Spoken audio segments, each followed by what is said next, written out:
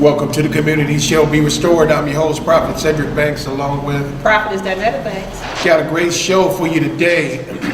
Great show for you today. But before we get into the show, what do we got coming up on March the 31st?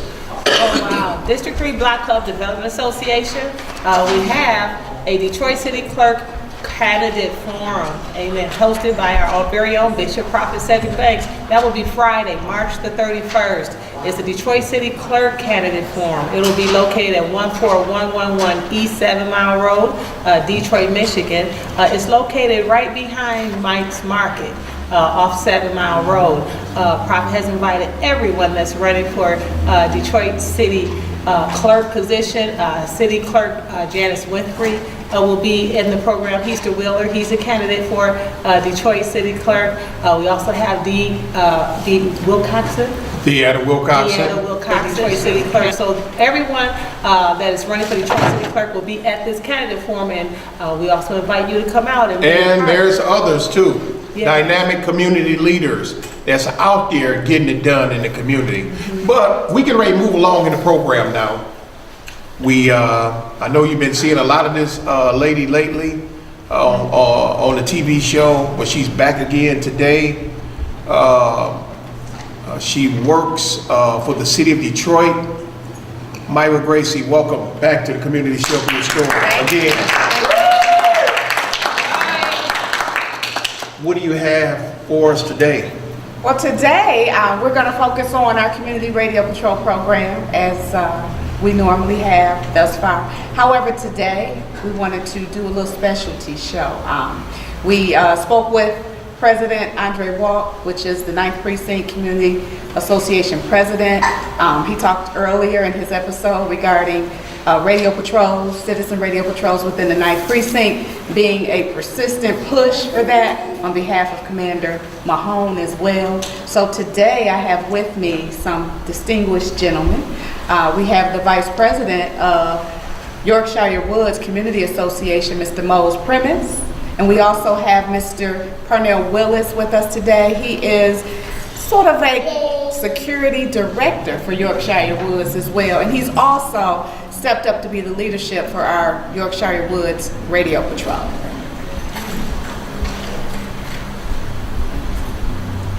Okay. Again, did you say the boundaries? Oh, well, the boundaries of Yorkshire Woods, where we're going to have our radio patrol, is on the north is Moraine, on the south is Houston Whittier, on the east will be Kelly, and on the west is the I-94 service drive. And that's the areas and the boundaries of the Yorkshire Woods. Okay. As president of Yorkshire Woods, I extend that invitation to all those that live in the area. Come out, be a part. We have other opportunities in the neighborhood. We are teaching our young people how to grow vegetables and be some eyes and ears, because they see stuff too. So we trying to get everybody involved. It's a great thing when a team has the people to back them up.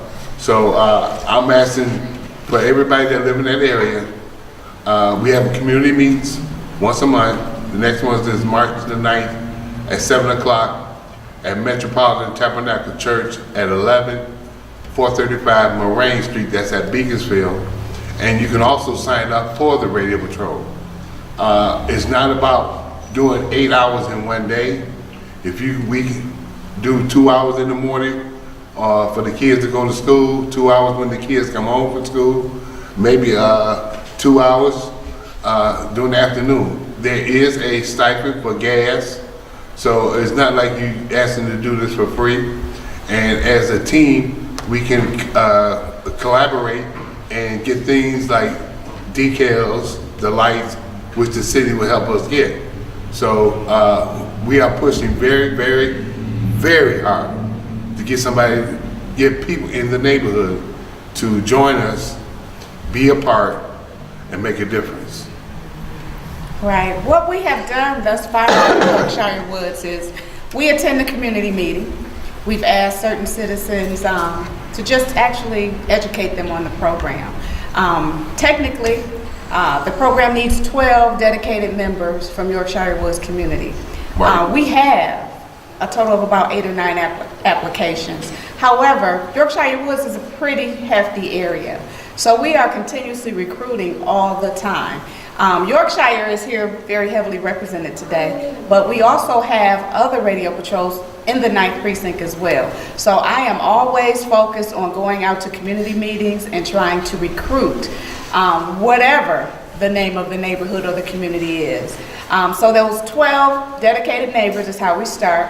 I always say we need 50, we need 100. The more people we have on board with the community patrol, the less stress, I guess we could say it is, on the one person. Because if you're going out for a few hours, we want everybody to collectively do a few hours for the whole good of the community. Yes, There is a stipend, as Mo's mentioned. 53.5 cents is the national standard from the Internal Revenue Service, and that's basically for gas reimbursement. The city does reimburse you for any tools, apparatuses, or uniformity that you create for your radio patrol. We want you to be proud. We want you to be noticed. We want you to have the placards on the vehicles. We want neighbors to reach out to you and say, what is this? What are you doing? And so we want to use that as a recruitment tool as well. The neighborhoods that do have radio patrol have less crime statistics. They absolutely do, because they are the eyes and the ears of the community. They're riding around in the community that you live in. You're not going too far to the other areas. You're staying where you live and noticing things that are unusual in your neighborhood, and then observing them and reporting them. The other great part about this program is its cohesiveness with the community and the police. Once you find the different things in your community, basically, or catering toward quality of life issues mostly, criminal as well, those are things that you report out to the neighborhood police officer. In this case, our neighborhood police officer is Officer Jay Danzler, that I had the opportunity to work. I am a retired Detroit police officer. We worked together at the 10th precinct years ago. And he was a great guy then, and he's a great guy now. Danzler has come to the table with applications. There is a applicant process, a lean check, if you will. People have to be checked out for radio patrol. We want our patrollers to be safe in the community, and we want our communities to be safe. So there is a lean check, and Danzler continuously recruits as well.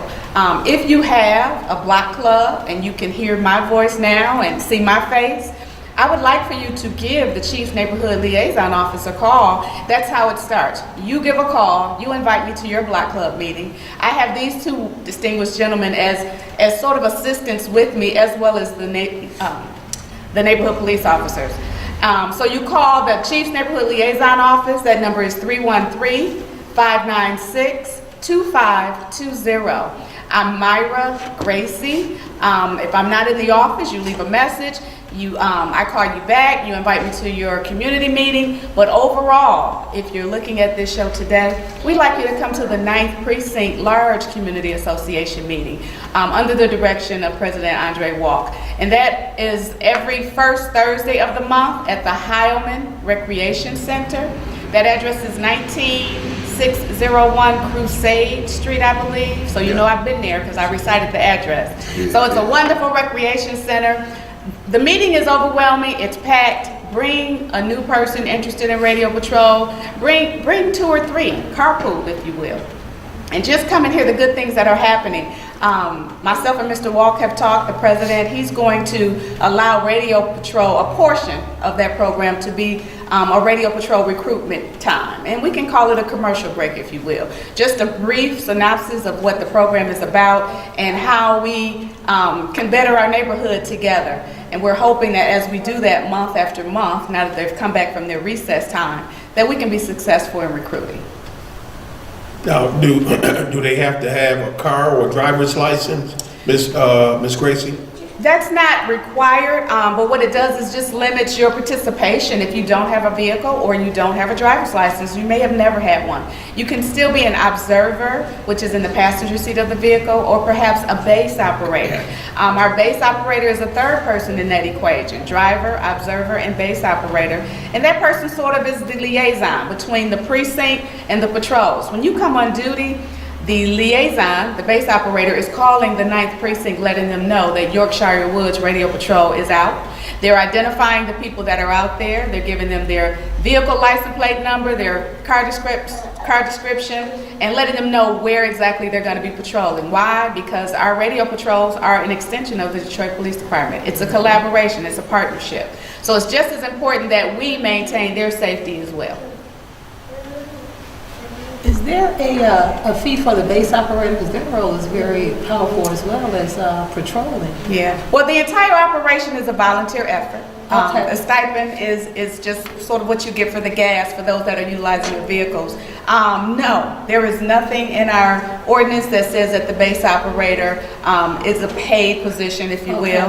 However, we also recommend that we have more than one base, because if I'm not able to base, that means that a patrol can't go out, and we don't ever want that to happen. So the base responsibility is one primary location. However, it's a shared experience among the board members specifically. I've decided going forward that I will train all of our boards, which is the president, vice president, secretary, and treasurer, to actually know how to base, so that there won't be any excuses for people not going out. Now, I do know some patrols, because the base does do a little bit more paperwork, you know, they compliment them in different ways, as in an appreciation effort. So I recommend that. Can you tell the audience about the training that you give to those that are patrolling? Yes, once we get all of our approved applicants for the radio patrol, we go through a series of training. I am a Detroit police officer, retired, and there's certain things that they trained us to look for, and your whole mentality sort of changes. You look at things differently. We give our radio patrollers that training as well, suspect identification, vehicle identification, what to do in this scenario, that scenario. A lot of times our radio patrollers are our first responders. So we train them on to give 9/11 the details on what you see and what the surroundings are, so that when our Detroit police officers arrive, that they'll be best suited for that particular situation. I'm new as a radio patrol. I'm new. I'm excited about my position. I'm new. How do I spot a crook? Okay. During that training period, we train on suspicious people. And people say, what's a suspicious person? In Yorkshire Woods, for example, the people that live there, they know the cars, the people, the houses, they know the kids, they know the pets even. And so when something is unusual in your neighborhood, which is sort of like that gut feeling, that sixth sense that we all have it. We just have to sometimes utilize it a little bit more than others. But when you see something unusual, for instance, 90-degree weather, and you see someone walking down the street with a full winter coat on, that could mean something else as well, but that's unusual. Things like open doors. Is it an open door because I forgot it was open, or has someone broken into the home and violated me? You know, just different little things that we see as harmless on one note, and it may be criminal on another. So unusual things that are not normal in your community are suspicious things. Well, I'm glad Miss Gracey touched on quality of life, because radio patrol helps enhance the quality of life in your neighborhood. If you're out there and you're patrolling, you see the unusual situations. You see the suspicious people that are loitering. You get to know where the drug activity is and other criminal activity. You see cars being pushed when you think, well, that's probably a car theft in progress at the time. So it's very important that radio patrols do get out and just go around your own neighborhood. So it's a quality of life issue for everybody that is enhanced by radio patrol. That's why we really want to see more people get involved in these radio patrols, because it helps everybody in that neighborhood. And I just want to add that through Ms. Gracey's training, we all know that the radio patrol is not the police. You know, we are the eyes and ears. We notify the base notified 911 or the precinct. So with that being said, if you live in our boundaries, we welcome you. If you're outside of our boundaries, come up to the 9th Precinct Community Relations Board meeting and be a part. It's not going to take a rocket scientist to figure out that we all need to stick together. Right. Everybody wants the same thing. Everybody's talking the same thing, but a lot of us are not doing nothing about it. So I'm just saying that, to make a change, you got to be a part of the solution. That's why I'm happy with my team and the prophet in here to have this meeting. Because we got to get the word out, y'all. Come on, Detroit. We better than that. And Mo, one thing that we do know, because I'm affiliated with you over at the number 9th Precinct Community Correct. Relation, and I know you're a strong, community-driven guy. Thank you. We're really strong. I can definitely say that about you. You're definitely strong, and you're really an individual who really cares about your community. Yes, sir. Now, you mentioned the 9th Precinct. What are some of the things that take place at the 9th Precinct Community Relation? We take complaints. We try to get solutions. We have people that's from around the city to address some issues. We bring them in, discuss the issues, and we try to get people the help that they need. I mean, it's a whole lot of folks out here crying. Right. And Lord knows, in my heart, I wish I could give a napkin to everybody. But, we all got to do what we got to do to be up front and just stick together so we can make that change. I love my city. I really love my neighborhood. So thank you for the comment, Prophet. Miss Gracey, I love you guys. And come on, y'all. Let's get busy. So recruitment. Yes, That's ma'am. our focus word today for Yorkshire Woods. We need all of you that live in the 9th Precinct and Yorkshire Woods community to start being a lot more inactive, engage in your community, engage in your youth, engage in your radio patrol, and give the little time that it takes to make a difference. Those quality of life issues, if we start cleaning those up, we won't have the bigger issues. Amen. The neighborhoods that don't have patrols, that don't have block clubs, that don't have neighborhood watch, they're victimized because All the time. the criminals believe that they can go in and do whatever they want to do. So it's really time for a change. This year is the 50th anniversary of Citizens Radio Patrols for the city of Detroit. Wonderful. They were formed in 1967 after the riots. The community saw what the police and the military had to do. So they said, how can we come back and get our neighborhoods in order and in control? Someone had to do it and the citizens stepped up to do it. So on behalf of that, the city of Detroit partnered with the citizens to offer this wonderful program. So since 1967, this has been on the books. This has been existing. We do have a total of 39 radio patrols citywide. We have them in Southwest, we have them East, West, Central. They're all over the city of Detroit. My vision, my dream, would be to have a radio patrol named after every community in the city of Detroit. Amen. There is a 6-figure fund that's put together for radio patrols exclusively. And we can't come to zero on that. That's my other vision and the end of the story for me, to bring that amount down to zero so we can start all over again. The more we do our part, the better the city can do their part. Because funding that we don't use is a possibility of losing it. Right. So we don't want to lose. So Radio Patrol, if you have a 16-year-old, you can throw them in the backseat of the car, let them be an observer as well. Not so much on paper, but just the experience. Get our youth involved. Yes, if we please. want our youth to inherit our communities and our houses and thrive, we have to teach them what they should be doing at this stage. So I would like to look into possibly having juniors and seniors at the high schools participate in Radio Patrol for community service.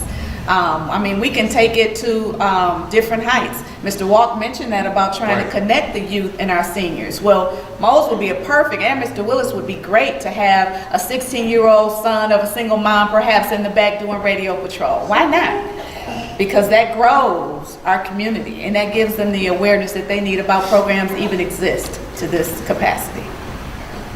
One last thing I want to say.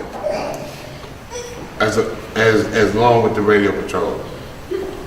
If you're not part of a block club, start one. You don't want to be the block club president, be the block captain. But be the eyes and ears for your block. Come to meetings and get the information, take it back. Because once you start building the radio patrol, the block club, it automatically changes everything.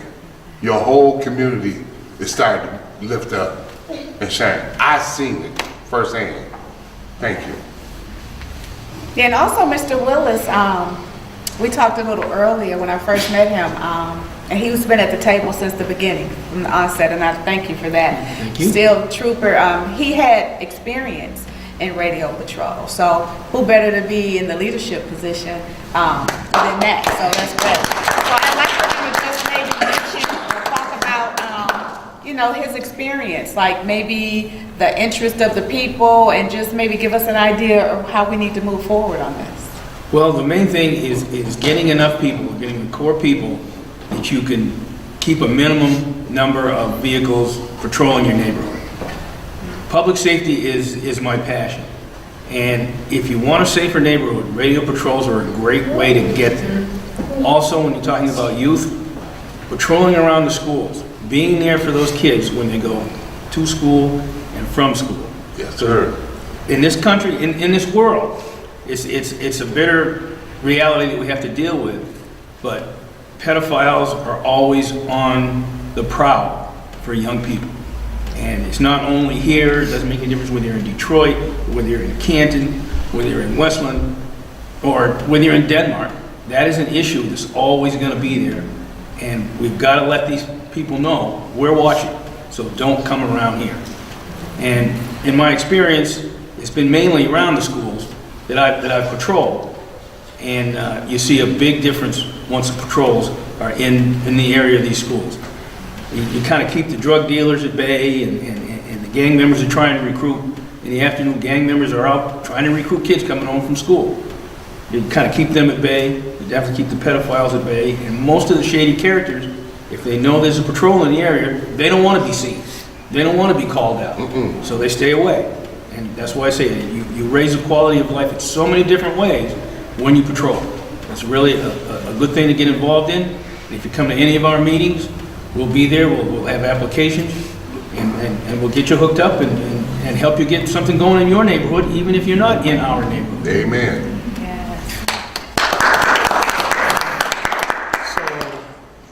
With radio patrol in the community, so what you're saying, Mr. Willis, that has, along with the police officers, that is a reduction in crime. Absolutely. Okay. Absolutely. I just want to It make makes sure a difference, usually a visible difference, once you get more people out. And I guess the moral to that is radio patrol is a deterrent. When you see radio patrol out there, whatever you may have been planning to do, thinking about doing, or plotting to do, here comes Mr. Willis, here comes Mr. Mose.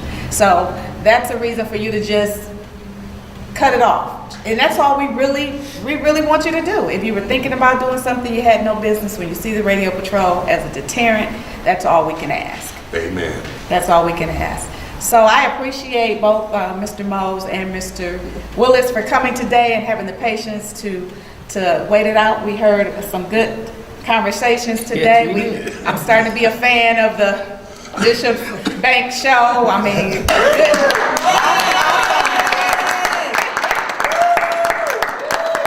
yeah, we heard some awesome things today, but I think we're on the right track in the 9th precinct. And I wanted to mention also, Black Family Development, Dwayne Blackman was at a meeting with myself regarding safe routes. Wonderful way to engage in radio patrol, Right. before school and after school. However, he talked about the 9th precinct being on the circuit for being a City of Detroit precinct with restorative practices. Yes. Restorative practices is the ability for the community, the youth, and everyone to work together to come to a common goal. And so he is working diligently on that. They have meetings at the Highland Center as well. So the 9th precinct is on the rise and coming up and looking good for a lot of things up and coming. And there'll be a restorative practice meeting tomorrow at the rec center. Yes, okay. Mr. Moles, Mr. Willis, have y'all seen progress out there since the radio patrol have been since you all have been a part of the radio patrol? Have you all seen progress? Have you all seen good changes? If you have, tell the TV audience. Well, where I used to patrol, we definitely had a lot of successes, because when you have a number of people out, the bad element doesn't really know how many of you are out there. But we had situations where we would get a call over at one school. There's a suspicious person sitting in the car.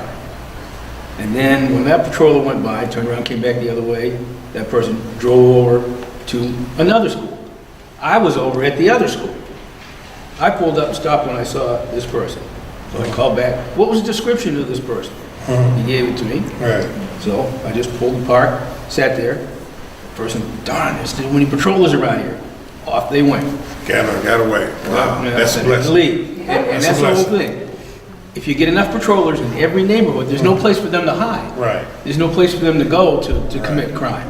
Well, I can't commit crime here because the radio patrol. So let me go over here.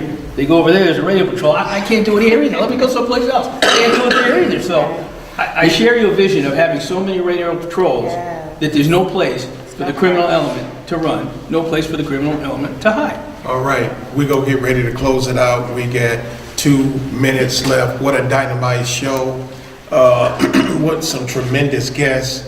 You all put out some tremendous resources. I want you to know for the residents of the community by TV.